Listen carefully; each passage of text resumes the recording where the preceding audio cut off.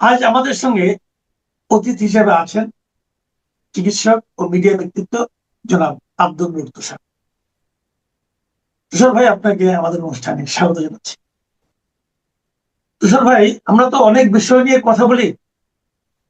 আজকে আমরা যে বিষয়টা নিয়ে কথা বলবো সেটা একটা একজনের কথা নিয়ে কথা বলতে চাচ্ছি, এবং এটা আমরা কালকে রাতেই তো ভয় পেয়েছিলাম অনেকে লিখেছিলেন যে উনি যে কথাটা লিখেছেন ফেসবুকে ওনার পোস্টে, সেটা কতক্ষণ থাকে এটা দেখা নিয়ে অনেকে বেশ আতঙ্কিত ছিল যে 2 ঘন্টা 3 ঘন্টা পরে এটা আবার উঠিয়ে নেন কিনা।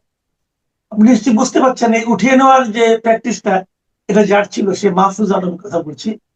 উনি একটা পোস্ট দিয়েছিলেন এখন থেকে প্রায় 14 ঘন্টা আগে, এবং সে পোস্টের মূল শুরুটা এইভাবে করেছিলেন যে আওয়ামী লীগ ব্যাক করেছে, দেখো নাই। তারপরে বলছেন যে লীগ রাজনৈতিক দলের আগে একটা ধর্মতত্ত্ব, সেই ধর্মতত্ত্বে ইমান আবার ফিরে এসেছে, কিভাবে ফিরলো সেই গল্পই বলবো আজ। এবং তারপরে উনি অনেক কিছু বলেছেন, আমার ধারণা আপনি এটা আপনার পড়ার ধৈর্য ছিল। আহ কি বলবেন এই হঠাৎ করে এতদিন পরে উনার এই আওয়ামী লীগ যে ফিরে এসেছে, এটা নিয়ে ওনার যে উপলব্ধির যে বিষয়গুলো উনি বলেছেন, আপনার সব মিলিয়ে আপনার মন্তব্যটা শুনতে চাই।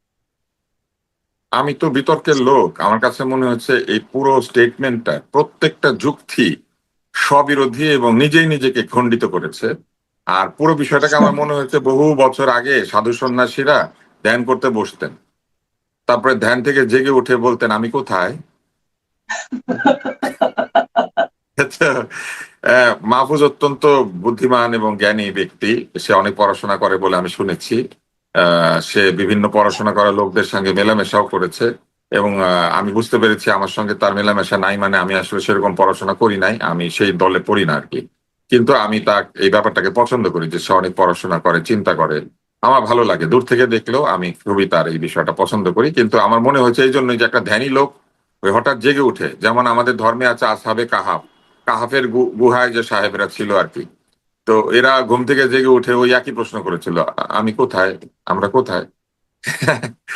তো উনি একটা সুন্দর কথা বলেছে, উনি প্রথমে বলে দিয়েছে আওয়ামী লীগ ব্যাক করে গিয়েছে।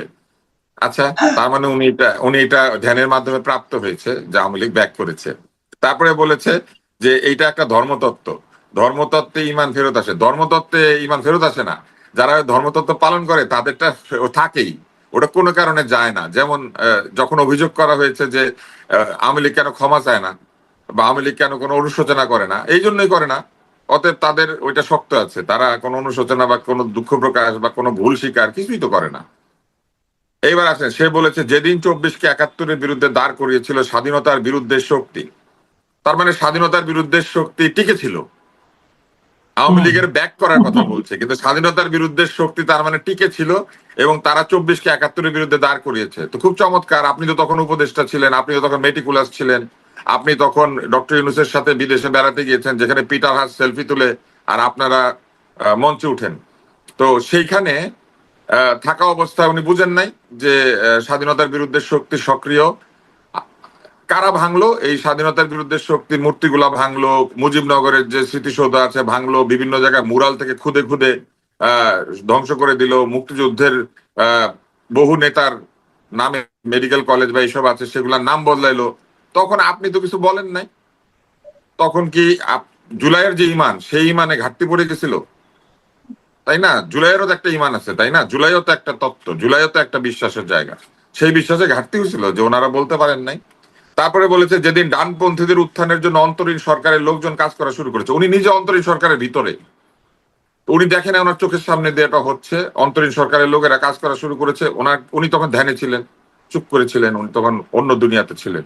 এখন উনি ফিরে এসেছেন, উনি এখন এসে বলতে পারছেন অন্তরীণ সরকারের লোকজন ডানপন্থীদের উত্থানের জন্য কাজ করেছে। তারপরে বলেছেন যেদিন আইনের শাসনের বদলে মবের শাসন আনন্দ পেয়েছিল, উনি কিন্তু স্বীকার করে নিলেন যে আইনের শাসন হয় নাই অন্তর্বর্তী সরকারের সময়, মবের শাসন জেগে উঠেছিল। তাহলে মবের শাসন কে ফেরত আনলো? একটা কথা আমি জানতে চাচ্ছি, উনি কিন্তু বারবার অন্তর্বর্তীকালীন সরকারের পরিবর্তে বলছেন অন্তরীণ সরকার। এটা হয়তো ওনার অন্তরীণ ভাষা। কি হয়?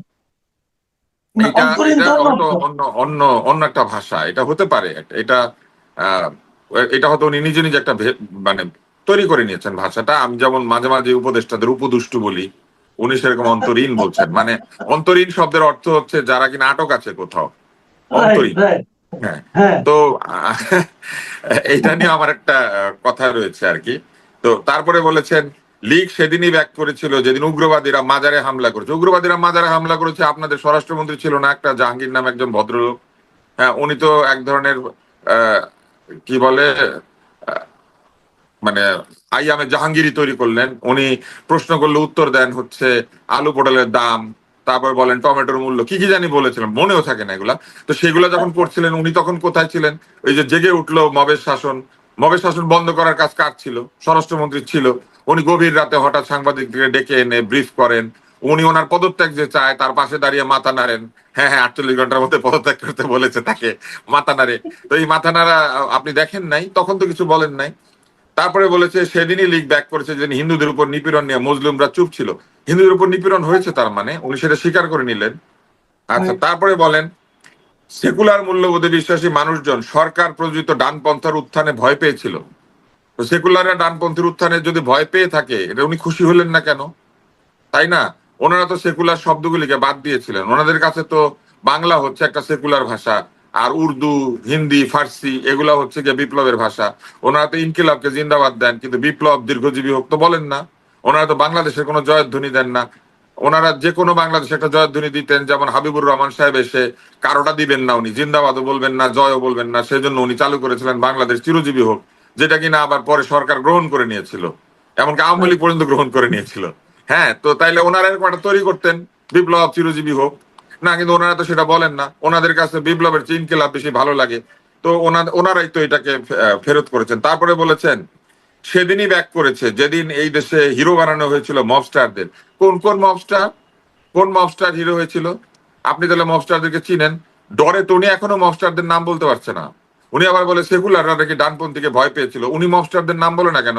উনি নিশ্চয়ই মবস্টারদেরকে চিনে, তাই না? রাইট, তারপরে রাইট। লিখেছেন ওরা সেদিনই ব্যাক করেছিল যেদিন ব্যবস্থা বিলোপের বদলে ন্যূনতম সংস্কার ঐকমত্য কমিশন নাম দিয়ে জনগণকে বিচ্ছিন্ন এবং হতাশ করা হলো। তাহলে জনগণের বিচ্ছিন্নতার জন্য কে দায়ী? ঐকমত্য এবং সংস্কারের প্রধান ছিলেন ডক্টর মোহাম্মদ ইউনূস, আর তার সহকারী ছিলেন ডক্টর মোহাম্মদ আলী রিয়াজ, তাই না? তো ওনারা এই সংস্কার কমিশন করেছেন। উনি তখন তথ্য মন্ত্রণালয়ের দায়িত্বে। উনি তখন এই তথ্য মন্ত্রণালয় থেকে এই সংস্কার কমিশন, গণভোট, আবল তাবল সবকিছুর জন্য প্রচারণা করেন নাই। উনি প্রচারণার জন্য বরাদ্দ দেন নাই। তখন ওনার মনে হয় নাই যে জনগণকে বিচ্ছিন্ন এবং হতাশ করা হচ্ছে, নাকি আলী রিয়াজের নিয়ামতে বরকাত হাসিল করার জন্য ওনারা তখন, উনি নিজে তখন ধ্যান করছিলেন? হ্যাঁ, এটা দেখেন ওনার কথা যে নিজেই নিজেকে খণ্ডন করে। তারপরে বলেছে রাইট। যেদিন থেকে বিএনপি ও অন্তরীণ সরকারের বিরুদ্ধে গেল, আর বিএনপি ও ঠেকাতে জামাতকে কোলে নিল অন্তরীণ। জামাতকে অন্তরীণ কোলে নিয়েছিল, তবে কোলে নিয়েও বিজয়ী করতে পারলো না। কোলের শিশু কি হামে আক্রান্ত হলো? হ্যাঁ, মানে জামাত কি হামাতে পরিণত আচ্ছা, হলো, যে উনি জামাতের হাম হয়েছে? বারবার যে অন্তরীণ সরকারের কথা বলছেন, উনি নিজেও তো শেষ দিন পর্যন্ত অন্তরীণ সরকারের পার্ট ছিলেন। উনি তার নিজে মানে অন্তরীণ ছিলেন। ওইখানে তো ওনাকে উনি আপনি নিয়েছেন। কোথাও খুঁজে পেয়েছেন? আমাদের এই ছোট ভাইকে আপনি কোথাও খুঁজে পেয়েছেন? উনি নিজে অন্তরীণ ছিলেন। উনি কি করেন, কি কাজ করেন, উনি চলে যাওয়ার পরে জানলাম উনি নাকি 2টা টিভির লাইসেন্স দিয়েছে। সেই টিভির লাইসেন্স যাদের নামে, তাদেরকে নিয়ে আলাপ করবো এখন? সেটা করলে উনি লজ্জা পাবে। যাই হোক, না, তারপরে না, না, যাই। উনি কিন্তু টিভি লাইসেন্স তো উল্লেখ করেছেন, সেটা নিয়ে ওটা নিয়ে কোনো কিছু দিতে দেওয়া হয় নাই। এই জন্য উনি দুঃখিত হয়েছেন। আচ্ছা, এটা এইবার আসেন। আসেন, এইবার জি। আসেন। তারপরে বলছে যেদিন ছাত্ররা বিপ্লবী সংগঠনের রূপ না দিয়ে লুম্পেন চরিত্রের ক্লাব আর মবে রূপ নিয়েছিল। যে ছাত্ররা ওনার সাথে আন্দোলন করলো তারা লুম্পেন হয়ে গিয়ে ক্লাব আর মবে রূপ নিয়ে নিল। মবস্টারদের কথা বলেছেন, মবের শাসনের কথা বলেছেন, আবার বলেছেন ছাত্ররা মব হয়েছে। আপনি চিন্তা করেন। হ্যাঁ, তারপরে বলেছেন, তার মানে উনি কি বললেন? ছাত্ররা মব, তাদের মধ্যে থেকে কেউ মবস্টার, তাদের মধ্যে থেকে কেউ আবার মবের শাসন কায়েম করেছে। এই কথাটা কিন্তু উনি নিজে বলতেছেন। আপনি সিরিয়ালে হ্যাঁ, বলে গেছে, তাই না? তো হ্যাঁ, এগুলা নিজেই হ্যাঁ। নিজেকে খণ্ডন করা। হুম। হ্যাঁ, তারপরে বলেছে যেদিন মিডিয়া সাংস্কৃতিক প্রতিষ্ঠানের উপর হামলা প্রযোজিত হলো। তার মানে উনি জানেন প্রযোজককে, পরিচালককে, এবং রাইট। এই এই হামলা নাকি প্রযোজিত হয়েছিল। একদিকে বলছেন ডানপন্থীদের উত্থান হয়েছে, আবার বলছেন ডানপন্থীদের কেউ প্রযোজনা করে, তাই না? এরপরে দেখেন বলেছে যেদিন অন্তরীণ সরকার পলিটিক্যাল থেকে আমলাতান্ত্রিক হলো, আমলা নির্ভর কিচেন ক্যাবিনেট থেকে সিদ্ধান্ত নেওয়া শুরু হলো, যে কিচেন ক্যাবিনেটের অধিকাংশ লোক ছিল জামাত, বিএনপি বা লীগের ছুপা দালাল, যাদের কাছে জুলাই মানে ছিল নিজের পরিবার, প্রজন্ম আর প্রতিষ্ঠানের স্বার্থ রক্ষা। তার মানে উনি অন্তর্বর্তী সরকারকে স্বজনপ্রীতি, স্বার্থতন্ত্র এবং আমলাতন্ত্রের মধ্যে লুকিয়ে থাকা লোকজনের আওতায় চলে যাওয়া, এটার জন্য অভিযুক্ত করলেন। তার মানে ওনারা নিজেরাই সরকারের মধ্যে ছিলেন। উনি কি আলাদা করে বলতে পারবেন? মনে করেন আপনার হাতকে বলতে পারে যে আমি পায়ের সাথে সাথে যাই না, কারণ আমি হাত নড়ি নাই, আমি হাত গুটিয়ে রেখেছিলাম। এটা সে বলতে পারবে যে আমি পায়ের সাথে সাথে যাই নাই? উনি যে হাত গুটিয়ে বসেছিলেন। দেখেন, এখানে বললো যে নিজের পরিবার, প্রজন্ম এবং প্রতিষ্ঠানের স্বার্থ রক্ষা। তো হ্যাঁ, নিজের প্রজন্মটা পরিবারের আপনি স্বার্থ দেখতেই রক্ষা, পেয়েছেন। এবং সেই পরিবার হিসেবে কিন্তু ওনার ভাইয়ের নামও আসছে। হ্যাঁ, কার ভাইয়ের নাম আসে নাই, কার আব্বার নাম আসে নাই, কার ছেলের নাম আসে নাই, কার ভাতিজার নাম আসে নাই, কার স্বামীর নাম আসে নাই? আপনি আমাকে বলেন। এটা যদি আপনি বলেন তাহলে একমাত্র আসিফ নজরুলকে আমি ছেড়ে দিব, কারণ ওনার স্ত্রীর নাম, স্বামীর নাম, শ্বশুরের নাম কিচ্ছু আসে নাই। এসেছে ওনার দুইটা ছাগলের নাম, যেই ছাগল খেয়ে ফেলেছে। এবং ওনার শাশুড়িকে গ্রেপ্তার করেছিলেন। এবং কালো ছাগল খেয়ে নাকি লাল ছাগল ফেরত দিয়েছে, এবং সেই ছাগল খাওয়ার জন্য নাকি মন্ত্রী পরিষদের যে বাসা, সেই বাসা ব্যবহৃত হয়েছে।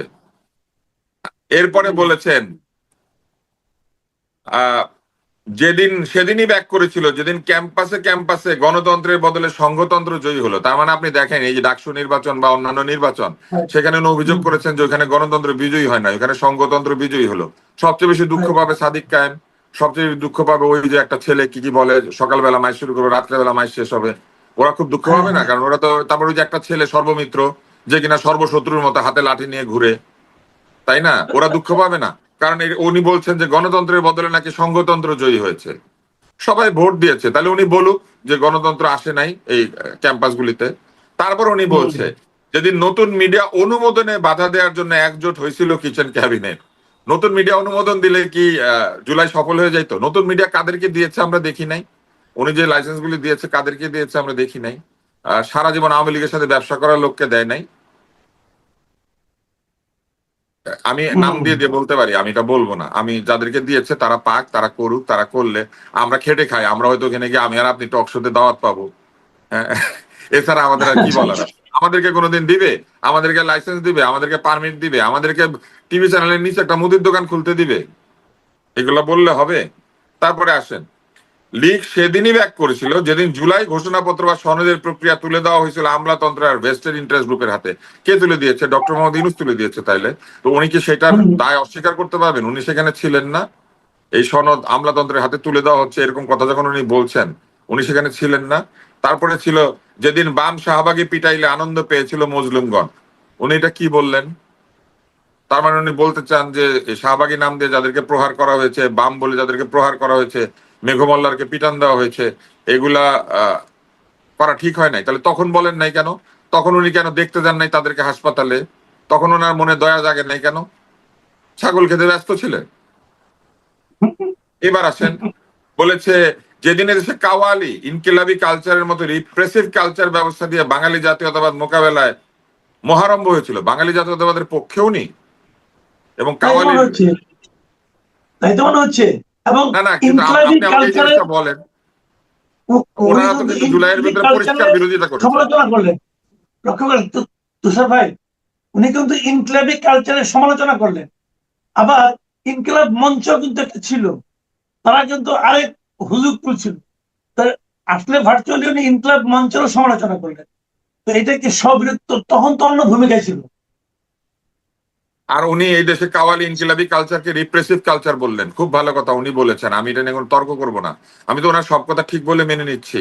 কিন্তু উনি বললেন এটা দিয়ে বাঙালি জাতীয়তাবাদ মোকাবিলা করতে হচ্ছে। কাওয়ালি কেন বাঙালি জাতীয়তাবাদের শত্রু হবে? আর যদি হয়েই থাকে তাহলে সেই কাওয়ালি গেয়ে গিয়ে কেন মানুষজন বিয়ে শাদী পর্যন্ত করবে? তাই না? এটা অদ্ভুত কথা না? আর উনি ছিলেন তথ্যমন্ত্রী, উনি তখন সেগুলা বন্ধ করেন নাই কেন? অন্তত উনি বলেন নাই কেন যেগুলা করা যাবে না? উনি ছিলেন তথ্যমন্ত্রী, সংস্কৃতি মন্ত্রণালয় থেকে নাসিরউদ্দিন হোজ্জাকে গাধার পিঠে চড়ায়, তা আবার গাধার পাছাটা সামনের দিকে, তাই না? আর নাসিরউদ্দিন হোজ্জা উল্টা করে গাধার পিঠে যাচ্ছেন। হ্যাঁ, নাসিরউদ্দিন হোজ্জার হচ্ছে মুখটা সামনের দিকে আর গাধার পাছাটা। তো গাধার পাছা আর হজ্জার মুখ দিয়ে যখন মিছিল করা হইলো, তারপরে দস্যু কেহেরমান, আলিফ লায়লা এগুলা দিয়ে যখন মূর্তি বানানো হলো, তখন উনি বলেন নাই কেন যে এটা বৈশাখের শোভাযাত্রার সাথে যায় না? ওনার তখন মনে হয় না এটা? তারপরে বলেছে যদি নির্বাচনী বাটোয়ারার মাধ্যমে সংস্কার ও বিচারকে কম্প্রোমাইজ করা হলো এবং বিএনপি জামাতের বার্গেনিং টুল বানানো হলো, নির্বাচনী বিষয়টা বাটোয়ারা হয়ে গিয়েছিল, তাহলে গণভোট করতে গেলেন কেন? তাহলে গণভোটও তো বাটোয়ারা হয়ে গিয়েছিল। একটা ভোট বাটোয়ারা হয়, আরেকটা ভোট বাটোয়ারা হয় না? আর এই বাটোয়ারার বাটখারা কে বানিয়ে দিয়েছিল? বাটোয়ারার বাটখারা তো ওনারাই বানিয়ে দিয়েছিলেন। ওনারা ওখানে উপদেষ্টা হয়ে গিয়েছিলেন, উনি, আসাদ এবং নাহিদ, ওনারা তো তিনটা সেই বাটখারা, যে বাটখারা দিয়ে ব্যালেন্স করা হয়েছিল মানে এই মন্ত্রিসভাকে, তাই না? ওনারা ছিলেন বিপ্লব আন্দোলন গণ অভ্যুত্থানের পক্ষে, আর বাকিরা তাহলে আমি ধরে নিচ্ছি ছিল অন্তরীণ সরকার এবং কি কি যেন কিচেন ক্যাবিনেট। তাইলে ওনারা কেন অন্যের কিচেনের মধ্যে ঢুকে পড়লেন? ওনারা কেন বাটখারা হইলেন ওজন করার? কিচেন ক্যাবিনেট যদি বলেন, কিচেন একটা ওজন করার যন্ত্র থাকে, ওইটারে বলে কিচেন স্কেল। ওনারা কেন সেই কিচেন স্কেলের বাটখারা হইলেন বাটোয়ারার মধ্যে? ওনারা কেন আগেই পদত্যাগ করে দিলেন না? ওনারা কেন প্রতিবাদ করলেন না? তারপরে আসেন, বলেছে যেদিন কমিশন, ট্রাইব্যুনাল, বিশ্ববিদ্যালয় ইত্যাদিকে একটি আদর্শের লোকদের মাধ্যমে ক্ষমতারোহণের বার্গেনিং টুলে পরিণত করা হলো। তার মানে যত কমিশন হয়েছে, যত ট্রাইব্যুনাল হয়েছে, বিশ্ববিদ্যালয়ের ভিসি নিয়োগ হয়েছে, এগুলিকে সব একটি আদর্শের লোক নিয়োগ দেওয়া হয়েছে। তা আপনারা তখন কেন দেখলেন না একটি আদর্শের লোক সেখানে ঢুকে পড়ছে? আপনারা কিচ্ছু বললেন না কেন? এখন কেন বলেন? এবং এরপরে বলেছেন কালচারালি ইন্টেলেকচুয়ালি যারা জুলাইয়ে তাদের পক্ষে দাঁড়িয়েছিল তাদের বাদ দিয়ে জিরো কন্ট্রিবিউশন গুপ্তদের ক্ষমতায়িত করা হলো। জিরো কন্ট্রিবিউশন গুপ্তদের যে ক্ষমতায়িত করা হচ্ছে সেটাও তিনি তখন সেখানে দেখেন নাই। যারা পক্ষে দাঁড়িয়েছিল তাদেরকে তারা গালিগালাজ করেছেন, জুতাপিটা করেছেন, টিএসসির মধ্যে ছবি লাগিয়ে তাদের নিজেদের পক্ষের লোকদেরকে, যারা আন্দোলনের রক্তক্ষয়ের বিরুদ্ধে, ছাত্রদের রক্তপাতের বিরুদ্ধে রাস্তায় দাঁড়িয়ে বক্তৃতা দিয়েছে, তাদেরকে তারা জুতাপিটা করেছেন। তখন উনি কোথায় ছিলেন? উনি নিন্দা করেন নাই কেন? এখন দেখেন এখানে উনি যতগুলা পয়েন্ট বলেছেন, আমি এবং আপনি এবং আরো টকশোতে যারা আসেন এরকম অনেক লোক, তারা কিন্তু ওই সময় এটার প্রতিবাদ করেছি, ওই সময়ই বলেছি এই কথাগুলা, এই প্রত্যেকটা পয়েন্টে আমরা বলেছি। তখন কেন উনি শুনতে পান নাই? উনি তখন কি চোখে ওই যে কি যেন একটা দেয়, দিয়ে তার কানে একটা ইয়ার প্লাগ দেয়, হ্যাঁ না, চোখের মধ্যে একটা ওই যে আই কাভার, আই প্যাচ লাগায়, লাগিয়ে কি উনি তখন সূর্য স্নানে ব্যস্ত ছিলেন নাকি ধ্যান করছিলেন? তো এই স্ট্যাটাসটা দেখেন। উনি বলেছেন কি রাগ করলা পরে ইন্নানিল্লাহ। আমি বলবো যে মোটেও রাগ করি নাই, বরং ভালো লেগেছে যে এতদিন পরে হলো ধ্যান ভঙ্গ হয়েছে। মুনি ঋষির ধ্যান ভঙ্গ যখন তখন হয় না, এবং আমি পড়বো আলহামদুলিল্লাহ যে ধ্যানটা ভঙ্গ হয়েছে। এতদিন পরে এসে উনি নিজেই যা বলছেন, নিজেই সেটার বিরোধিতা করছেন, নিজেই যা কথার মধ্যে দিয়ে সবকিছু বলে দিয়ে নিজেই প্রমাণ করে দিচ্ছেন যে এই যে 18 মাস পালন হয়েছিল সেটার অবস্থা কি। এবং তার কয়েক ঘন্টা পরে আমি দেখলাম যে তিনি আরেকটি স্ট্যাটাস দিয়েছেন। 2 ঘন্টা পর। Right. হ্যাঁ, 2 ঘন্টা পরে। এবং ওইখানে উনি কি লিখেছেন সেটা যদি আপনি দেখেন, সেটা আরো মজার। ওখানে উনি আরো মজার কথা লিখেছেন। উনি সেখানে লিখেছেন যে যারা নাকি জুলাইয়ের সমালোচনা, এই সরকারের সমালোচনা করে, তারা নাকি জি। অপকর্ম ভুলিয়ে দেওয়ার চেষ্টা করছে হাসিনার। মোটেও না, এই অপকর্মগুলো তো হয়েছে। তাহলে যারাই অপকর্ম করেছে তারাই অপকর্ম ভুলিয়ে দেওয়ার জন্য এই কাজগুলি করেছে। আমি আপনাকে একটা গল্প শোনাই। এক ভদ্রলোক জি। মারা যাচ্ছেন, মৃত্যুর সময় উনি আর কি একটা দল করেন আর কি, সেই দলটা হচ্ছে একেবারে পুঁজিবাদী দল। তো উনি সন্তানদেরকে ডেকে বলতেছেন তুমি কমিউনিস্টদের কাউকে ডেকে নিয়ে আসো। তো সব বলছে আপনি কি বলেন, মরার সময় কমিউনিস্টের চেহারা দেখবেন? তখন বলেন আমি বলতেছি আমার কথা শোনো, খবরদার আমার কথা যদি না শুনো তোমাদেরকে আমি সম্পদ বঞ্চিত করবো, আমি তোমাদেরকে শেষ করে দিব। তখন ছেলে মেয়েরা কমিউনিস্ট ডেকে নিয়ে আসছে। তো সেই লোক বলে আমি এখন কমিউনিস্ট পার্টিতে যোগ দিব। তো কমিউনিস্ট পার্টিতে যোগ দিয়েছে। যোগ দেওয়ার পরে ওই লোক মারা যাচ্ছে, একদম মরে যাবে। বলছে আপনি এটা কি করলেন, আপনি কমিউনিস্ট পার্টিতে যোগ দিয়ে মারা যাচ্ছেন? বলে মরার সময় অন্তত একটা কমিউনিস্ট মরতেছে, আমি একটা কমিউনিস্টে মারতেছি, আমি কমিউনিস্ট মরে কোন আমার দলের কেউ মরতেছে না, কমিউনিস্ট মরতেছে। তো ওনাদের অবস্থা তো এরকম হয়েছে। ওনারা নিজেরাই এমন অবস্থা করেছেন যে ওনারাই ওই আওয়ামী লীগের দুঃশাসনকে ভুলিয়ে দেওয়ার চেষ্টা করেছেন নিজেদের দুঃশাসনের ভিতর দিয়ে। তারপরে কি করেছেন, আরেকটা গল্প শোনাই। এক লোক মারা যাচ্ছে, মারা যাওয়ার সময় ছেলেকে বলেছে বাবা জীবন অনেক অত্যাচার করেছে, এত ভয়াবহ অত্যাচার করেছে যে আমি আমার নাম মানে লোকে গালি দেয়, তো তুমি এমন কিছু কইরো আমার কে যেন আর লোকে গালি না দেয়, আমাকে যেন লোকে আর এরকম না বলে, আমার খুব কষ্ট হচ্ছে। মরার সময় আমি দেখতেছি চতুর্দিকে লোকজন বলতেছে আমার নামে খারাপ কথা বলতেছে, লোকে বলতেছে মরুক, এরকম এরকম, তো তুমি কিছু করো বাবা। তারপর লোকটা মারা গেছে। ছেলেটা বাবার মৃতদেহ রেখে বের হয়ে পাশের বাড়ি ঘরে আগুন দিয়ে দিচ্ছে। বলছে আমার বাড়ির পাশে কেউ থাকতে পারবে না, বাজারে গিয়ে লুটপাট করেছে। তারপরে গায়ে যত শক্তি আছে সেগুলা দিয়ে যাকে যেখানে পেরেছে সর্বমিত্রের মতো নেমেছে লাঠি নিয়ে। তারপরে যেখানে যা পারে, ওর বাবা যাদেরকে ধার দিয়েছিল তাদের ধারের টাকা শোধ না নিয়ে জমি জমা দখল করেছে, এমন অবস্থা করেছে। তখন বাজারে গিয়ে শোনে লোকজন বলতেছে যে আরে বাপটাই তো ভালো ছিল, বাপটা তো খুব ভালো ছিল, বাপটা দারুণ ছিল, আমাদের জমি জমা দখল করে নাই, কর্জ দিয়া সুদ খাইতো কিন্তু জমি জমা তো দখল করে নাই, পাশের বাড়িতে তো থাকতে দিছে, ময়লা ফেলতো একটু কিন্তু আগুন তো দেয় নাই।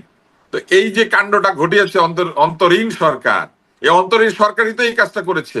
এখন লোকে এগুলো বলতে শুরু করেছে ওনারা করেছে এই কাজটা, ওনারা এত অপশাসন এবং অন্যায় করেছে, ওনারাই আসলে এই কাণ্ডটা ঘটিয়েছে। উনি এটা কি বলে, ও এখন নাকি তাদেরকে সমালোচনা করা যাবে না। অদ্ভুত সবিরোধিতা দেখেন, সে নিজে একটা স্ট্যাটাস দিয়ে বলেছে সেদিনই ফিরেছে, সেদিনই ফিরেছে। তাহলে সেদিনই যদি ফিরে থাকে কে ফেরত আনলো? আর সেদিন আপনি তো ওখানেই ছিলেন। সেদিন সেদিন শুধু উনি ওখানেই ছিলেন না, আমি এবার এটার সাথে একটা যুক্ত করি। এই যে লিক সেদিনই ফিরে এসেছিল যেদিন আমেরিকাতে মঞ্চে ডক্টর ইউনূস দাঁড়ালেন, সঙ্গে তরুণ বিপ্লবীরা দাঁড়ালেন এবং সেখানে একজন আওয়ামী লীগ উঠে পড়লো এবং প্রেস প্রেস সচিব এবং ডক্টর ইউনূসের বিভিন্ন জায়গা থেকে বক্তব্য দিতে হইলো যে তাকে তারা চিনতেন না, সে জানি কেমন করে উঠে পড়েছে। সেদিনই কিন্তু ফিরেছে এবং সেটার তো ভিডিও প্রমাণ আছে, তাই না? এবং যখন ফিরেছে, এই যে পরে যে 2 ঘন্টা পরে যে প্রশ্ন দিয়েছেন, যেটা শুরুটা এভাবে করেছেন, যারা আগের পোস্টকে পর্যালোচনা হিসাবে পাঠ করেছেন তাদের জন্য বলছি, আমাদের এখনকার কাজ হলো, এখনকার কাজগুলি বর্ণনা করছেন এবং শেষের যে লাইনটা লিখেছেন, শেষের লাইনটা হলো যে জুলাইকে একটি মতাদর্শের ব্যানারে কুক্ষিগত ও বিভাজিত করার সকল প্রকল্পকে পরাস্ত করা। এখন কুক্ষিগত কে করছে? জুলাইকে এনসিপি। বিভাজিত কে করছে? এনসিপি জামাত। তার মানে ওনার বর্তমান লড়াইটা তাহলে এনসিপি এবং জামাতের বিরুদ্ধে নাকি? উনি একটা শেষ লাইন লিখেছেন, স্বাস্থ্য ব্যবস্থা বিশৃঙ্খল ও সমন্বয়হীনতা এড়াতে দোষারোপের রাজনীতি বাদ দিয়ে সকল নাগরিকের জন্য সাশ্রয়ী স্বাস্থ্যসেবা চালুর পক্ষে লড়াই অব্যাহত রাখা। কি মজা না? স্বাস্থ্যসেবার 12টা বাজিয়েছে কিন্তু দোষারোপ করা যাবে না। ইনডেমনিটি, হ্যাঁ ইনডেমনিটি। ওনারা যা খুশি করেছে, ওই বুড়া লোকের ছেলের মতো মানুষের ঘর বাড়িতে আগুন দিয়েছে, মাজারে আক্রমণ করেছে, লুটপাট করেছে, বাটার দোকান লুট করে একটু পরে সেই জুতা বিক্রি করতে শুরু করেছে, কিন্তু কোনো দোষারোপ করা যাবে না। তার মানে ওনারা ওই যে সেই মুনি ঋষি ধ্যান, মুনি ঋষিদের কোনো অন্যায় হয় না, যা করেছে ধ্যানের মধ্যে করেছে, যা করেছে একটা কি বলবো একটা ট্রান্সের মধ্যে করেছে, মানে এমন এক হালে ছিল, এমন এক অবস্থায় ছিল, হ্যাঁ ফানা ইনকিলাব অবস্থায় ছিল, হ্যাঁ ফানা ইনকিলাব অবস্থায় ছিল, তাই না? আপনার ওই কথাটাই সবচেয়ে গুরুত্বপূর্ণ মনে করি, এটা ওনারা নিশ্চয়ই উপলব্ধি করবেন। এই যে হঠাৎ করে ঘুম ভেঙে বলছেন আমি কোথায়, তো এই যে ঘুম ভেঙে বলা আমি কোথায়, এরা তো সব গুরুত্বপূর্ণ ব্যক্তি। গুরুত্বপূর্ণ ব্যক্তিও যে এরকম কথা বলেন, সেটা কিন্তু মানুষের মধ্যে এক ধরনের বিভ্রান্তি তৈরি করে। উনি যে কথাগুলি বলেছেন এখানে, সে কথাগুলো ওনার জন্য প্রযোজ্য। এখন উনি উনাকেই দোষারোপ করছেন, আবার উনি নিজেই মহান হওয়ার চেষ্টা করছেন। সেটা তো ভালো, মুনি ঋষি নিজেকেই নিজে সমালোচনা করছে কিন্তু সবাইকে বলছে খবরদার আপনারা আমার সমালোচনা করবেন না, আমি তো আমার সমালোচনা করেছি, আপনারা দোষারোপ করবেন না, আসুন আমরা একসাথে এক পতাকা তলে আসি। সেই পতাকা আবার কি? সেই পতাকার মধ্যে ওই এনসিপি থেকে ভেঙে বিভিন্ন জায়গা থেকে ভেঙে চুরে লোকজন নিয়ে এসে আরেকটা নিজের পতাকা। এই যে পতাকা বিভক্ত করা, এই বিভক্তি তাহলে কোত্থেকে তৈরি হলো, তাই না? এই বিভক্তি কোনখান থেকে আসলো? আর আপনি একটা মজার বিষয় লক্ষ্য করেন, হাদি যেখানে বলেছে সে কোনো রাজনৈতিক দল করে না, সেখানে হাদির ছবি ব্যবহার করলো রাজনৈতিক দল, তাদের ম্যানিফেস্টোর উপরে রাজনৈতিক দল হাদির ছবি দিয়ে দিল, মুগ্ধর ছবি দিয়ে দিল। যে মুগ্ধ স্ট্যাটাস দিয়েছিল যে এই আন্দোলনের মধ্যে স্বাধীনতা বিরোধী শক্তি ঢুকে পড়েছে, বিভিন্ন রাজনৈতিক শক্তি ঢুকে পড়েছে, আপনার মনে আছে? কিন্তু মুগ্ধ এবং হাদির ছবি ব্যবহার করলো একটা রাজনৈতিক দল, অ্যাজ ইফ মুগ্ধ এবং হাদিকে তারা ওন করে। মুগ্ধ এবং হাদি কি তাদেরকে ওন করেছিল? এরকম অসংখ্য স্ববিরোধিতা আছে, বললে পরে অনেক কিছু বলা যাবে। লাইসেন্সের কথা বলেছে না, টিভির লাইসেন্স, কে কোথায় কত পার্সেন্ট আত্মীয় ঢুকিয়ে দিতে চেয়েছিল, বন্ধু ঢুকিয়ে দিতে চেয়েছিল, লাইসেন্স দিলে পরে কত পার্সেন্ট আত্মীয় স্বজন রাখা লাগবে কিংবা বন্ধু রাখা লাগবে, শর্ত দিয়েছিল। এইসব লাইসেন্স পারমিট যারা চায় তারা তো মিডিয়ার লোক, তারা তো আমাদের বন্ধু বান্ধব আত্মীয় স্বজন, আমাদের সঙ্গে 30-40 বছর কাজ করেছে। আজকে আমি যখন গণমাধ্যমে গিয়েছি প্রথম, আমি যখন বাংলাদেশ টেলিভিশন রেডিওর চেহারা দেখেছি, তখন আমি ক্লাস 7-এর একজন ছাত্র। তাহলে ক্লাস 7 থেকে আজকে যদি হিসাব করেন, ক্লাস 7-এ আমার বয়স কত? বড়দের 11 বছর, 11.5 বছর, তাই না? আজকে জি আমার 50 বছরের মানে প্রায় প্রায় 46-45 বছরের আমার এই গণমাধ্যমে আসা যাওয়া। আমি এই গণমাধ্যমের মধ্যে বড় হয়েছি লিটারেলি। আমাকে যারা গণমাধ্যমে ছিলেন তারা দেখেছেন আমি বড় হচ্ছি। আমি এসএসসি পাস করছি, এইচএসসি পাস করছি। আমরা এদের সবাইকে চিনি তো। কেউ আমাদের ছোট ভাই, কেউ আমাদের বড় ভাই। এইসব লাইসেন্সের পারমিটের বিনিময়ে কে কত চেয়েছিল, কিভাবে চেয়েছিল আমরা জানি না। এসব গল্প করার আগে একটু চিন্তা করা উচিত। অন্তত জীবনে অনেক অন্যায়, অনেক পাপ করেছি, কিন্তু এইটা করি নাই। কখনো সরকারের কাছ থেকে কোনো সুবিধা নেই নাই। যেটা আমার যোগ্যতা আছে দরখাস্ত করে পয়সা দিয়ে কিনেছি সরকারের সুবিধা, অথবা ইন্টারভিউ দিয়ে পেয়েছি। আমি সরকারি আচ্ছা, চাকরি আরেকটা পেয়েছি কথা সেটা ইন্টারভিউ দিয়ে। আমি আরেকটা জিনিস আমি করি নাই। আরেকটা হ্যাঁ, আর্থিক এক্ষেত্রে আরেকটা আর্থিক প্রশ্ন করে আমি এই আলোচনাটা শেষ করতে চাই। এটা হলো কি তো যে এই আপনার কি মনে ওনারা হয় কি বলতে পারবে এই 18 মাসে উনি এই সার্টিফিকেটটা দিতে পারবে যে অন্তর্বর্তী সরকারের কেউ কোন ধরনের আর্থিক আর্থিক সুবিধা বা আর্থিক অন্যায় করে নাই? জি আমি একটা কথা বলে আলোচনাটা শেষ করতে চাই, আপনি মানে ছোট করে যদি বলেন যে আপনার কি মনে হয় যে এই যে কথাটা উনি বলেছেন, এখন কেউ কেউ বলছে যে উনি আসলে সমস্ত জায়গা থেকে হারিয়ে গেছেন, একটু আলোচনায় আসার জন্য এরকম অসংলগ্ন, ওনার অনেকগুলি কথাই কিন্তু অসংলগ্নতায় ভরপুর, আমার যেটা মনে হয়েছে অসংলগ্নতা এবং স্ববিরোধিতায় ভরপুর। তো অনেকে বলছেন যে এই সমস্ত কথা বলে উনি আবার আলোচনায় আসার জন্য এই কাজগুলি করেছেন। আপনার কি তাই মনে হয়? আমার সেটা মনে হয় না। আমার এই ছেলেটাকে মনে হয় যে সে অনেক পড়াশোনা করে এবং তার মধ্যে একটা ফরমেশনের সময় যাচ্ছে।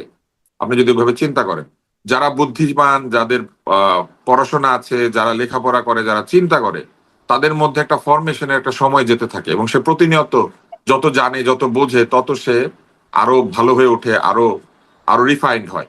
আমার ধারণা যে সে বহু জায়গা বুঝতে পারার কারণে সেইটা বলে দিয়েছে, কিন্তু বলে দেওয়ার পরে যে প্রতিক্রিয়াটা হচ্ছে সেই প্রতিক্রিয়াটা তারই সাথে যারা ছিল তাদেরকে অনেকখানি উন্মোচিত করে দিয়েছে। কারণ আপনি তার আগের স্ট্যাটাসটা যদি দেখেন, সেখানে উনি যে কথাগুলি বলেছেন এগুলো তো সত্য এবং সেগুলো কিন্তু হয়েছে। কিন্তু এরপরেই আবার উনি বন্ধু বান্ধবদের কথা মনে হয়েছে, এই জন্য বলছেন না না সমালোচনা করেন না, দোষারোপ করেন না, আসেন আমরা ঐক্য তৈরি করি। এই যে দ্বিধাদ্বন্দ্ব, এই দ্বিধাদ্বন্দ্ব একজন বুদ্ধিজীবীকে সামনের দিকে নিয়ে যায়। বুদ্ধিজীবীর বিকাশ তো একটা একরৈখিক না। একজন সাংবাদিকের বিকাশ কিন্তু একরৈখিক না। একজন সাংবাদিক যখন সম্পাদকের অধীনে জুনিয়র সাংবাদিক হিসেবে জীবন শুরু করে, সে কিন্তু সারাক্ষণ সম্পাদকের কথা শুনে, বাধ্য। জি, তাহলে কিন্তু আমরা তাহলে সেই কিন্তু তার প্রত্যাশাই করি। যখন উন্নতি হয় মাসুদ ভাই, তখন দেখা জি যায় ধীরে ধীরে ধীরে ধীরে তার মধ্যে একটা পরিবর্তন আসতে থাকে এবং সে এক সময় এমন একটা জায়গায় চলে যায় যখন সে চাকরি ছেড়ে দেয়। অনেক অনেক সময় একটা হুম জুনিয়র হুম সাংবাদিক এত সহজে চাকরি ছাড়তে পারে না, কিন্তু আপনি দেখবেন মধ্যম অবস্থাতে প্রচুর সাংবাদিক চাকরি ছাড়ে। কারণ ওই তার ভেতরের মানুষটা আর তার কর্মস্থল তার সঙ্গে বিরোধিতা তৈরি করে। আমার মনে হয় যে মাহফুজের এখনকার যে রাজনীতি এবং তার যে মন, এইটা তার একটা আরেকটার সঙ্গে বিরোধিতা করছে। কারণ সে বুঝতে হুম, পারছে যে অনেক কিছু অন্যায় হয়েছে, আবার সেই অন্যায়ের যে সে অংশ হয়ে গিয়েছিল সেটাও বুঝতে পারছে, আবার সে এটাকে কি করে ব্যাখ্যা করবে সেটাও চেষ্টা করছে। আমি মনে করি এটা তার ভবিষ্যতে বুদ্ধিজীবী হয়ে ওঠার পথে একটা ট্রানজিশনাল জায়গা। এটা হয়, এটাতে হুম, আমি কোনো কিছু ভুল মনে করি না। ফরহাদ মজহার এক সময় কবিতা লিখতেন না যেখানে উনি আল্লাহর অস্তিত্বকে প্রশ্ন করতেন? এখন তিনি আবার হুম, কবিতা লেখেন না যেখানে উনি রীতিমতো মানে কি বলবো, আধ্যাত্মবাদী। তৌহিদি, একদম হ্যাঁ তৌহিদি। হ্যাঁ, পীর। তো এটা হয়, বুদ্ধিজীবীরা এরকম চেঞ্জের ভিতর দিয়ে যায়। আমি হুম, মাহফুজের মঙ্গল কামনা করি, কারণ মাহফুজ অন্তত কথা বলেছে। আর 10 জন তো চুপই করে রয়েছে, তারা তো কথা বলে নাই। ফলে আমি তার সমালোচনা করি নাই, আমি আসলে তার বিতর্কের ভুলগুলি তুলে দিয়েছি। এই একই জিনিস তিনি অন্যভাবে লিখতে পারতেন, তাইলে তাকে কোনো আলোচনা করা যেত না।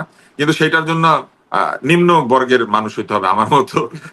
অতি উচ্চ জ্ঞানী বা বুদ্ধিমানরা পারে না, এটা একটু নিম্ন বর্গে নিম্ন জি, দিকে চলে আসলে আমরা তাহলে তাইলে আগেই আমরা বলতে যদি পারতো। সেই আশাটাই করি, আমাদের মাহফুজ আলমের প্রতি সেই প্রত্যাশায় থাকলো যে উনি এভাবে কথা বলে নিজেকে আরো পরিশীলিত, আরো বুদ্ধিজীবীর স্তরে নিজেকে উন্নীত করেন। প্রিয় দর্শক, আমরা মাহফুজ আলমের এবং মানুষ যেটা বলছে, সবাই আমরা যেটা সমালোচনা করছি, এটাকে তারা তারা কোনো প্রতিবাদ না করায় মনে হচ্ছে যেন তারা মনে করছে যে এটা নিয়ে প্রতিবাদ করার কিছু নেই, মানে তাদের কোনো যুক্তি নেই। এটা কিন্তু হতে পারে, কিন্তু তারও যে ভয়াবহ কথা হলো, যখন এই চুক্তি নিয়ে এত আলোচনা, তখন একই সঙ্গে আরও দুটো চুক্তির কথা আমরা কিন্তু শুনতে পাচ্ছি। বলা বাহুল্য দুটোই যুক্তরাষ্ট্রের সঙ্গে, এবং দুটো হলো প্রতিরক্ষা বিষয়ক চুক্তি। এই চুক্তি দুটির নাম যতটুকু আমরা জেনেছি সেটা হলো সামরিক তথ্যের সাধারণ নিরাপত্তা চুক্তি, যেটাকে সংক্ষেপে ইংরেজিতে বলা হচ্ছে GSOMIA। আরেকটা হলো অধিগ্রহণ এবং পারস্পরিক সেবা চুক্তি, যেটাতে অ্যাব্রিভিয়েশন বলা হচ্ছে যে ACSA। এবং এই দুটো চুক্তি স্বাক্ষরের একদম শেষ পর্যায়ে আছে বলে আমরা জানতে পেরেছি। গত কয়েকদিন আগে থেকে সোশ্যাল মিডিয়া এটা নিয়ে কেউ কেউ লেখালেখি করছিল, তো আমিও তেমন কোনো তথ্য প্রমাণ পাচ্ছিলাম না বলে কিছু বলতেও পারছিলাম না।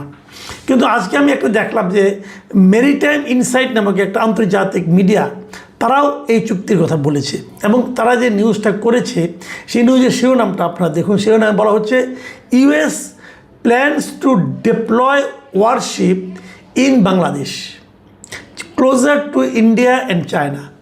মানে এই চুক্তিটা হলে পর কী প্রতিক্রিয়া হতে পারে, কি ঝামেলায় আমরা পড়তে পারি, সে সম্পর্কেও একটা ইঙ্গিত কিন্তু এই নিউজের মধ্যে দেওয়া আছে, যে চীন এবং ভারত এটাকে সহজভাবে নাও নিতে পারে।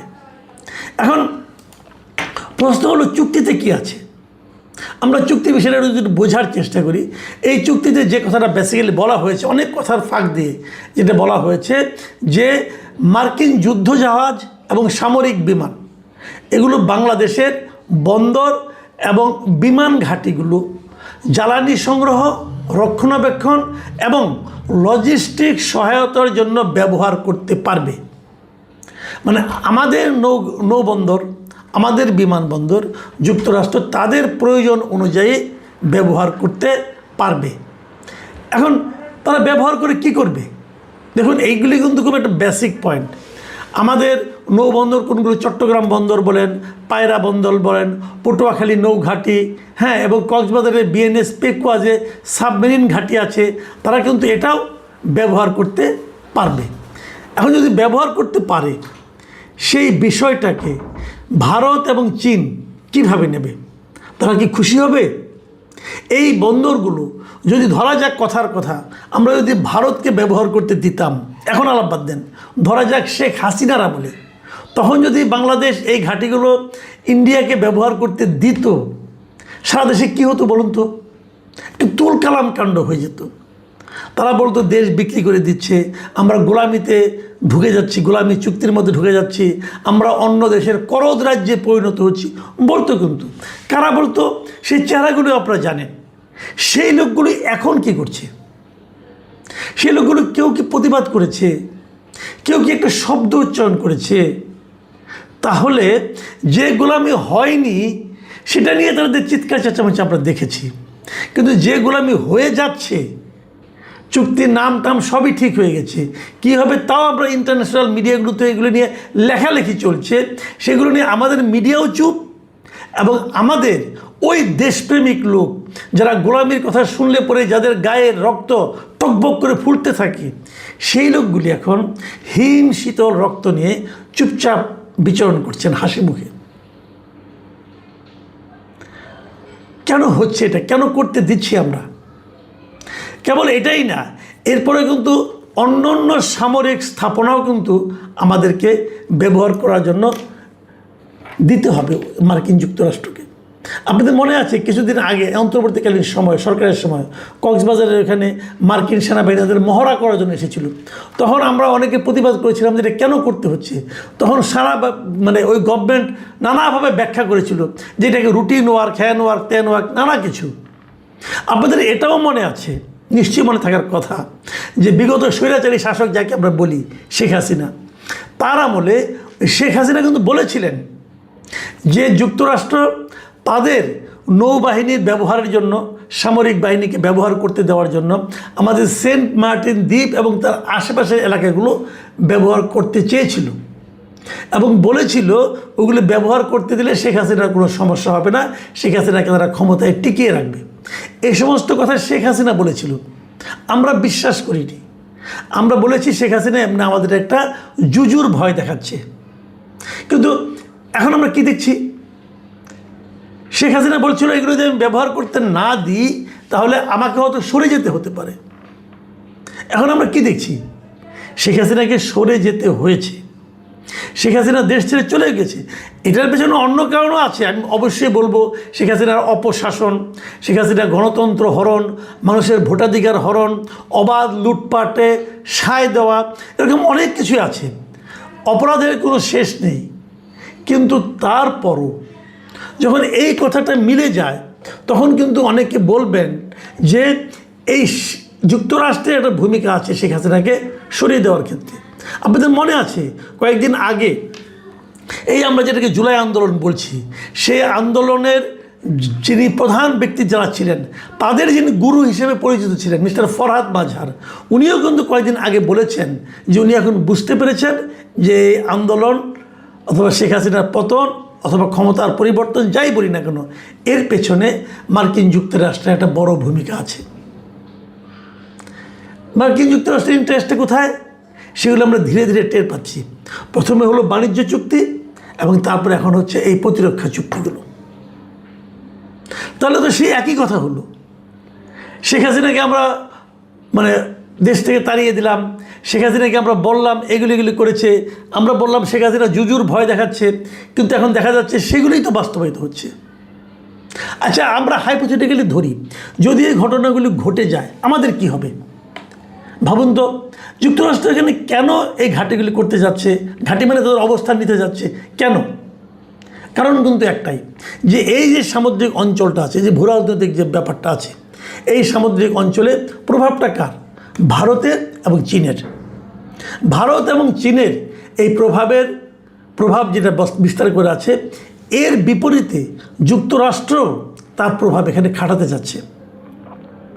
তারা যদি সেখানে খাটাতে চায়, সেটাকে কি চীন এবং ভারত সহজভাবে নেবে?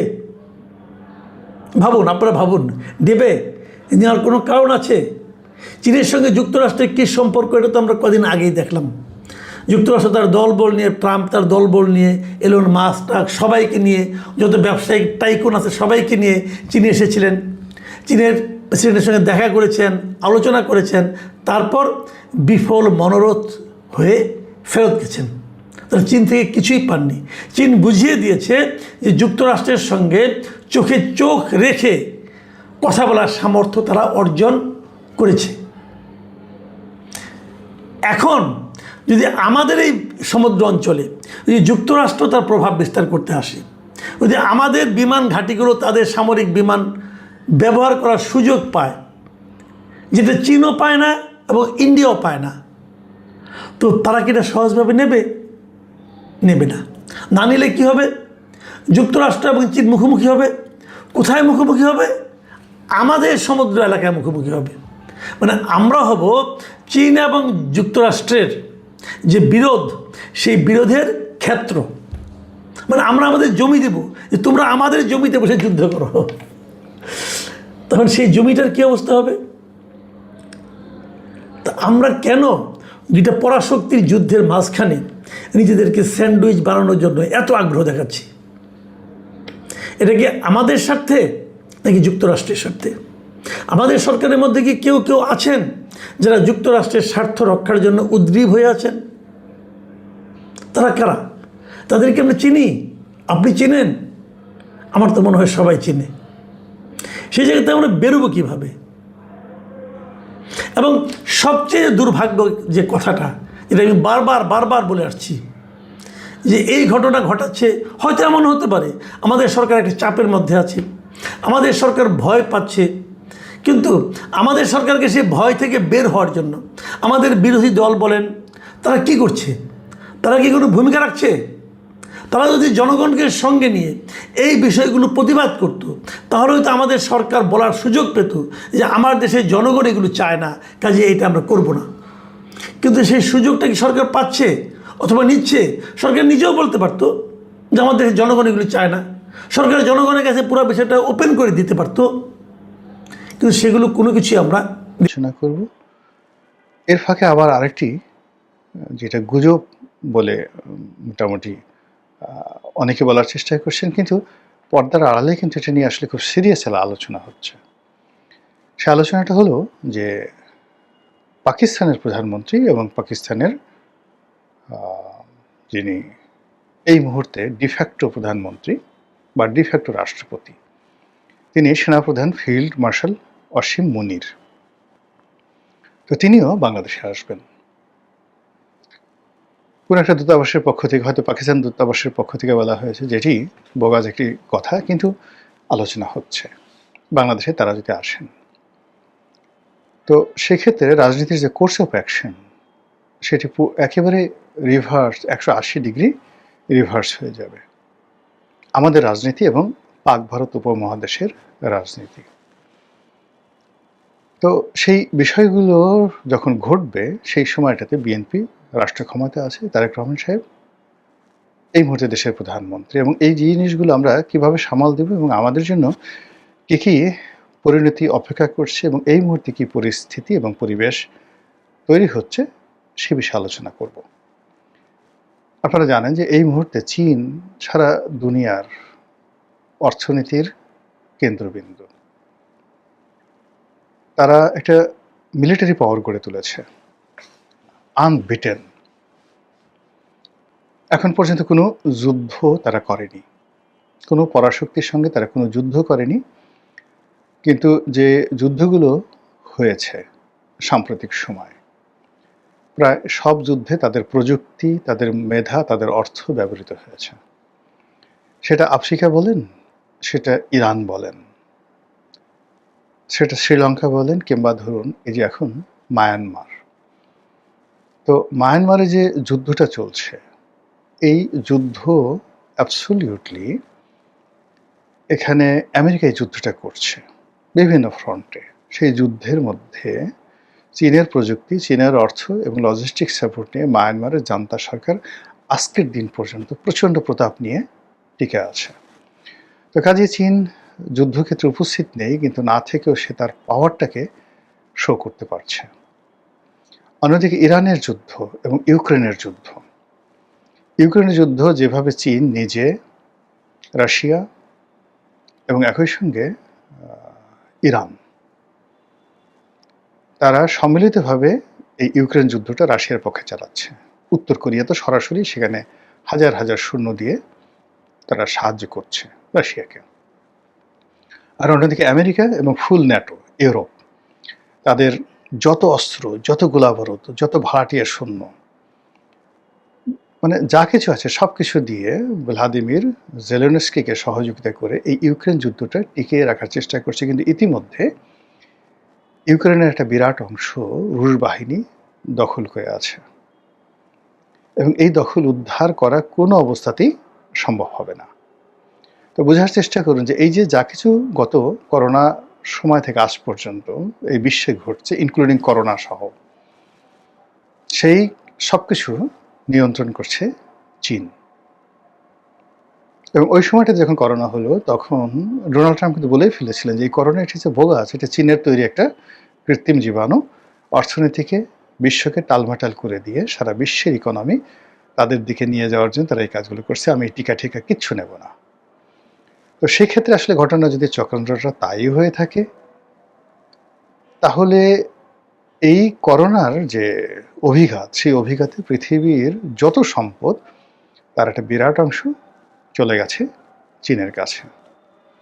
আর এরপরে শুরু হলো ইউক্রেনের যুদ্ধ, তারপরে এখন ইরানের যুদ্ধ। এবং যুদ্ধের ফলাফল তো আপনারা জানেন, চীন এখানে বিজয়ী হয়েছে। ডোনাল্ড ট্রাম্প এইবার ক্ষমতা আসার পর চীনের সঙ্গে সে রীতিমতো একটা স্টার ওয়ার তৈরি করে রেখেছে। এর আগে চীনের বড় বড় কোম্পানিকে তারা ব্যান করেছে, চীনের অসংখ্য প্রতিষ্ঠানকে তারা ব্ল্যাকলিস্ট করেছে, চীনকে তারা দেখায় দেবে। এখন সেই চীনের কাছে রীতিমতো নাকে খত দিয়ে ডোনাল্ড ট্রাম্পকে আসতে হয়েছে। প্রেসিডেন্ট শি এর সঙ্গে ডোনাল্ড ট্রাম্পের হ্যান্ডশেক, এক টেবিলে বসা, কথাবার্তা, বডি ল্যাঙ্গুয়েজ, এই সব কিছু আপনি দেখেন, আপনি বুঝতে পারবেন যে চীনের প্রেসিডেন্ট কতটা সুদৃঢ়, কতটা বিজয়ী এবং কতটা দৃঢ়, আর ডোনাল্ড ট্রাম্প কতটা আনপ্রেডিক্টেবল। তার একটা ছবি বা ভিডিও ক্লিপ ভাইরাল হয়ে গেছে, যে পাশাপাশি তিনি বসে আছেন, তারপরে চীনের প্রেসিডেন্ট, তো মিস্টার শি জিনপিং।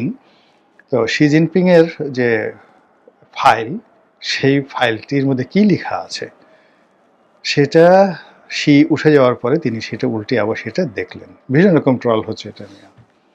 তো এই হলো চীনের অবস্থা। তো সেই চীন থেকে যখন ডোনাল্ড ট্রাম্প গেলেন, সঙ্গে সঙ্গে যদি মিস্টার ভ্লাদিমির পুতিন তিনি বেজিংয়ে যাবেন, বেজিং সফরে যাবেন, এটা তিনি সঙ্গে সঙ্গে ঘোষণা করলেন। আর ইতিমধ্যে যেটা হচ্ছে যে বাংলাদেশের প্রধানমন্ত্রী তিনি তার প্রথম বিদেশ সফর চীন করবেন না ভারত করবেন, এটার উপর অনেক কিছু নির্ভর করবে। তো সেক্ষেত্রে চীনে যাওয়ার আগে আমরা যে কথাগুলো শুনতে পাচ্ছি, দুটো জিনিস। একটা হলো বাংলাদেশে বহুল প্রতীক্ষিত, কারো কারো কাছে বিতর্কিত, কারো কারো কাছে বাংলাদেশের ইতিহাস বদলে দেওয়া একটি প্রকল্প, সেটা হলো পদ্মা ব্যারেজ। সেই পদ্মা ব্যারেজ, এটা ভারতকে রীতিমতো চ্যালেঞ্জ জানানো। এই পদ্মা ব্যারেজ সরকার এখানে অ্যাপ্রুভ করেছে। ইট মিনস এই অ্যাপ্রুভ করা মানে ভারতকে লাল কার্ড দেখানো। এটা বাস্তবায়ন হবে কি হবে না পরের ব্যাপার, কিন্তু এর মাধ্যমে বেইজিংয়ের দৃষ্টি আকর্ষণ করা হয়েছে।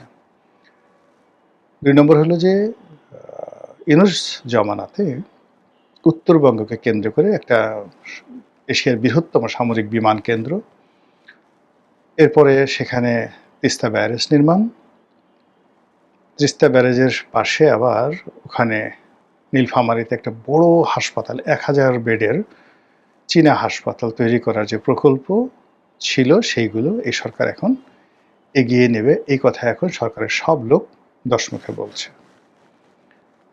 ফলে আসলে দিল্লির সাথে সম্পর্কটা হচ্ছে না, দিল্লির সঙ্গে সম্পর্কটা হচ্ছে না, এটা মোটামুটি নিশ্চিত।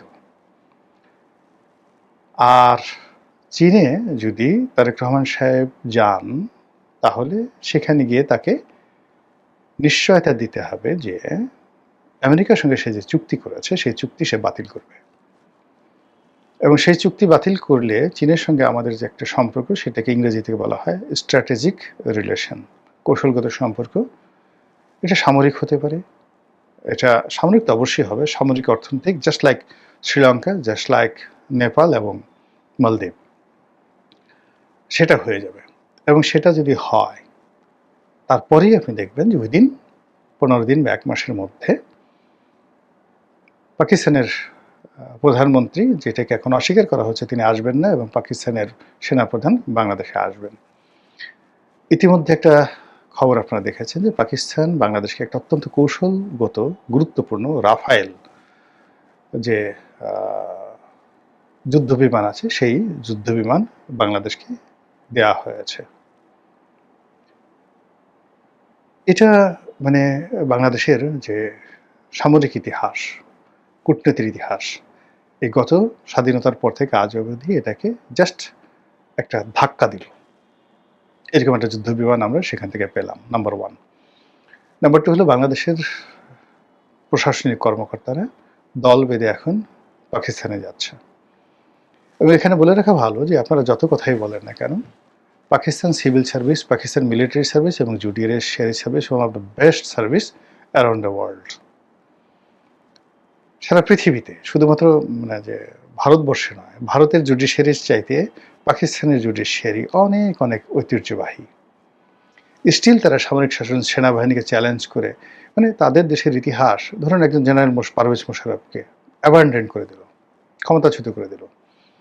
সেই স্বাধীনতার পর থেকে পাকিস্তানের জুডিশিয়ারি যে সকল সিদ্ধান্ত নিয়েছে, যুগান্তকারী সিদ্ধান্ত নিয়েছে, আনবিলিভেবল। তারা যেভাবে ইমরান খানকে বাঁচিয়ে রেখেছে, ইমরান খানকে যেভাবে প্রোটেক্ট করেছে, এটা পৃথিবীর অন্য কোনো দেশে এইরকম কর্তৃত্ববাদী একটা সেনা শাসন যেখানে রয়েছে, সেখানে কোনো জুডিশিয়ারি পারত না, বাট পাকিস্তান জুডিশিয়ারি সেটা পারছে। এরপরে পাকিস্তান সিভিল সার্ভিস, ওখানে পাকিস্তান সিভিল সার্ভিস আমাদের দেশের সেই সিভিল সার্ভিসের মতো না, যারা গিয়ে মন্ত্রী এমপিদের পাছাটার জন্য, বগুড়ার মানুষের পাছাটার জন্য, আগে গোপালগঞ্জের লোকদের পাছাটার জন্য সারাক্ষণ জিব্বা বের করে থাকে। এইরকম আমাদের দেশে যারা সিভিল সার্ভিস, এটা পাকিস্তানের সিভিল সার্ভিস না। CSP means CSP.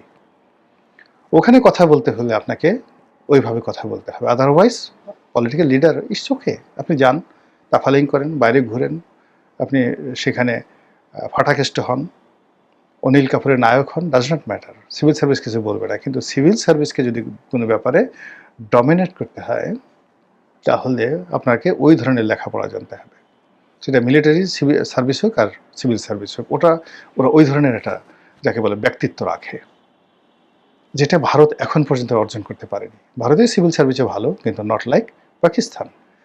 3 নম্বর হলো পাকিস্তানের এডুকেশন। এহসানুল হক মিলনকে সবাই খুব ট্রল করছে। পাকিস্তানের দেশ হলো, শিক্ষার ব্যবস্থা হলো, বিশ্বাস করেন মানব জাতির ইতিহাসের প্রথম বিশ্ববিদ্যালয় কোথায়? এই পাকিস্তানে, তক্ষশিলা। এই তক্ষশিলা বিশ্ববিদ্যালয়ের একজন অধ্যাপক চাণক্য। চাণক্য মানে কৌটিল্য, কৌটিল্য মানে বিষ্ণুগুপ্ত, বিষ্ণুগুপ্ত মানে চন্দ্রগুপ্ত মৌর্য, চন্দ্রগুপ্ত মৌর্য, তার ছেলে বিন্দুসার, তার ছেলে অশোক। মানব জাতির ইতিহাসে এই যে মৌর্য বংশ প্রায় 50 লক্ষ বর্গ কিলোমিটারের একটা সাম্রাজ্য মোর দ্যান 200 ইয়ার্স তারা চালিয়েছে। তো সেই সভ্যতাটা শুরু হয়েছিল এই পাকিস্তানের তক্ষশিলা থেকে। ভারতবর্ষে আর্যরা আসার আগে তারা কয়েক হাজার বছর ধরে একটা সভ্য মানে জাতি, নগর রাষ্ট্র এবং একটা সংস্কৃতি গড়ে তুলেছিল মহেঞ্জোদারো এবং হরপ্পার মাধ্যমে সিন্ধু উপত্যকায়। তো এখানে যখন সভ্যতা, তখন আসলে ব্যাবিলন সভ্যতাটা এত উচ্চ মার্গের ছিল না।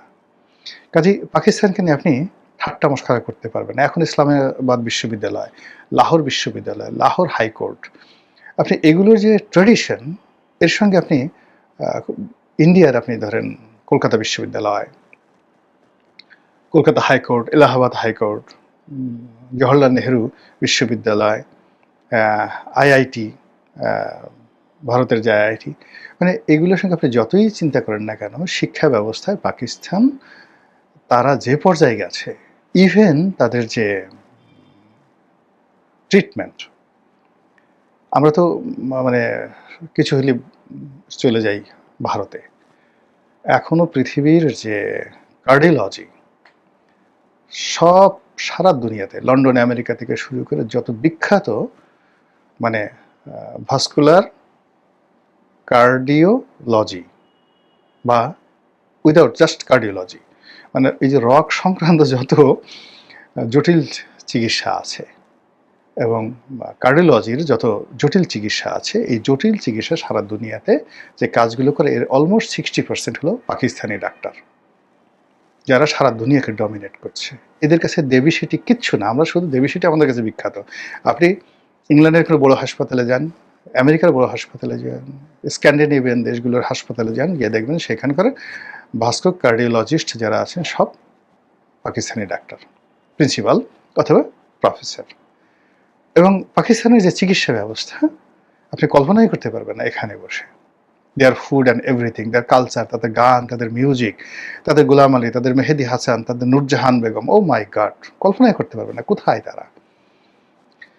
তো সেই পাকিস্তানে যখন যাচ্ছে বাংলাদেশের সিভিল সার্ভিস, মিলিটারি সার্ভিস এবং তাদের সঙ্গে আমাদের যখন সামরিক মহড়া হবে, এটা রাজনীতির একটা কোর্স অফ অ্যাকশন পরিবর্তন করে দেবে। এখন যেটা আছে সেটা হলো আমরা ভেস্ত দোজখের মাঝামাঝি আছি। আমরা চীনের দিকে দৌড়ানোর চেষ্টা করছি, দিল্লির দিকে দৌড়ানোর চেষ্টা করছি, তারপর আমেরিকাতে দৌড়ানোর চেষ্টা করছি, কিন্তু কেউ আমাদেরকে ওন করছে না, নোবডি। কিন্তু সামনে যে বেইজিং সফরে যদি তারেক রহমান সাহেব বেইজিংয়ের সাথে একটা স্ট্র্যাটেজিক রিলেশন আসেন, তাহলে বেইজিং, তারপর পাকিস্তান এবং এই সংক্রান্ত একটা লবি তৈরি হয়ে যাবে, ইনক্লুডিং নেপাল, মালদ্বীপ, শ্রীলঙ্কা এবং আমাদের যে রোহিঙ্গা সমস্যা, এটাও অনেকটা সমাধান হয়ে যাবে। এইগুলো একটা। কিন্তু সমস্যা হয়ে গেছে, ভারত এবং আমেরিকা ছাড়বে না। এখানে রাশিয়া নিউট্রাল থাকবে, কিন্তু ভারত এবং আমেরিকা হ্যামারিং করতে থাকবে এবং সেটা আমাদেরকে ফাইট করতে থাকবে। এইগুলো এক। কিন্তু অন্যদিকে যদি আমরা এই মুহূর্তে আবার ওয়ান অফ দ্য টপ 10, আর যদি অর্থনৈতিক সেক্টর বলেন এবং গ্লোবালাইজেশন বলেন, তাহলে গত 50 বছরের মধ্যে তার মতো এরকম আন্তর্জাতিকভাবে স্বীকৃত এবং আন্তর্জাতিকভাবে পরিচিতি বাংলাদেশে কোনো ব্যক্তি পাননি। এটা হলো বাস্তবতা। ব্যক্তিগত জীবন অত্যন্ত স্মার্ট, দেখতে যথেষ্ট সুন্দর, অ্যাভারেজ বাঙালির মতো চেহারা হলেও তার দ্যুতি ব্যাপ্তি, মানে এখন তার বয়স ৮৮ বছর। এই সময়টিতে তিনি যে তারুণ্য ধরে রেখেছেন, তার কথার যে ধারাবাহিকতা, এবং তিনি এখনও যেভাবে ছুটোছুটি করতে পারেন বা করছেন, এটি আমরা তার চেয়ে প্রায় ২৫ বছর, আরও বেশি ২৮ বছরের ছোট হওয়া সত্ত্বেও এই প্রাণশক্তি আমাদের মধ্যে নেই। তো সেই মানুষটি মাত্র ১৮ মাস রাজনীতির সংস্পর্শে এসে এতটা অপমানিত, এতটা অবদমিত, এতটা নিগ্রহ এবং যাকে বলা হয় এতটা পচে গলে গান্ধা হয়ে গেছেন, যার কারণে আমাদের এই সমাজে তাকে টিটকারি করা, তাকে একটা খোঁচা দেওয়া, তাকে আক্রমণ করা, তাকে গালাগালি করে একটু মনের ঝাল মেটানো, এটা বাংলাদেশের মানুষের সাধারণ একটা ফেনোমেনা হয়ে গেছে। সকালের নাস্তা যেমন অপরিহার্য, রাতের ঘুম যেভাবে অপরিহার্য, এভাবে এই বাংলার জমিনে ডক্টর মোহাম্মদ ইউনূসকে গালাগাল করা এখন অনেকের একটা স্টাইলে পরিণত হয়েছে। মানুষ গালাগালি দিতেও পছন্দ করে, শুনতেও পছন্দ করে। তো এরকম ইন্টারনেট ঘিরে, সামাজিক মাধ্যম ঘিরে ডক্টর মোহাম্মদ ইউনূসকে নিয়ে যে সকল ট্রল হয়, গালাগালি হয়, তার মধ্যে এই যে আমি আজকে যে শিরোনাম, এরকম শিরোনামে একটা বক্তব্য দেখলাম যে সামবডি তিনি বলছেন যে ডক্টর মোহাম্মদ ইউনূস এনসিপিতে যোগদান করছে। আমি নিশ্চিত তিনি সেটা ঠাট্টা করে বলেছেন। আর এটা নিয়ে আমি যে ভিডিও করছি, কন্টেন্ট তৈরি করছি, এটাকে আমি ঠাট্টা করে করছি প্রশ্নই আসে না। আমি সিরিয়াসলি করছি। কেন করছি সেটা আপনাদেরকে বুঝিয়ে বলব। প্রথমত যে ডক্টর মোহাম্মদ ইউনূসকে যেভাবে গুতোগুতি করা হচ্ছে, যেভাবে ধাক্কাধাক্কি করা হচ্ছে, তাতে করে সারা দুনিয়ায় তিনি এখন নিগৃহীত। আপনারা জানেন যে পশ্চিমা দুনিয়াগুলো, বিশেষ করে ধনতান্ত্রিক বিশ্ব, তারা টাকা ছাড়া কাউকে চেনেন না। আমেরিকার যে সাম্রাজ্যবাদ, সেই সাম্রাজ্যবাদের একটা প্রধান বৈশিষ্ট্য হলো যতক্ষণ পর্যন্ত আপনার ক্ষমতা আছে, যতক্ষণ পর্যন্ত আপনার টাকা আছে, এবং যতক্ষণ পর্যন্ত আপনি শরীর এবং মন দিয়ে আমেরিকার সেবা করতে পারবেন, ততক্ষণ পর্যন্ত তারা আপনাকে মাথায় করে নাচবে। এক। ২ নম্বর হলো যে যতক্ষণ পর্যন্ত তারা আপনাকে ব্যবহার করতে পারবে, ততক্ষণ পর্যন্ত তারা আপনাকে টাকা দেবে, পয়সা দেবে, কিন্তু কোনো অবস্থাতেই আপনাকে মাথায় তুলে নাচবে না, আর আপনার কোনো রকম আবদার আপনার তারা রাখবে না। তারা যাদেরকে রিক্রুট করে বাংলাদেশে বা অন্য যে কোনো দেশে, তাদেরকে তারা মনে করে কৃতদাস। কৃতদাসের কাজই হলো মালিকের যাকে বলা হয় তাবেদারি করা।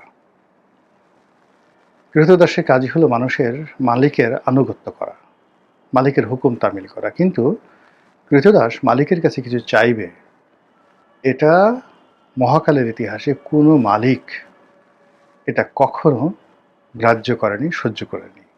একইভাবে আমেরিকা বাংলাদেশে তাদের যত এজেন্ট, সেটা FBI এজেন্ট হোক, CIA এজেন্ট হোক, পেন্টাগনের এজেন্ট হোক, তাদের স্টেট ডিপার্টমেন্টের এজেন্ট হোক, কিংবা কোনো লবিস্ট ফার্মের এজেন্ট হোক, এনি অফ দ্য এজেন্ট,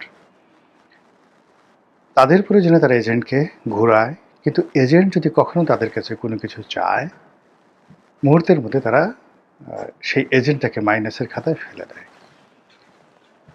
যেহেতু রাজনীতির সঙ্গে, সংবাদপত্রের সঙ্গে দীর্ঘদিন ধরে আছি, এই বাংলাদেশে কারা ভারতের এজেন্ট, কারা রয়ের এজেন্ট, CIA-র এজেন্ট, কাউকে কাউকে দেখার সুযোগ হয়েছে সে 80-র দশক থেকে।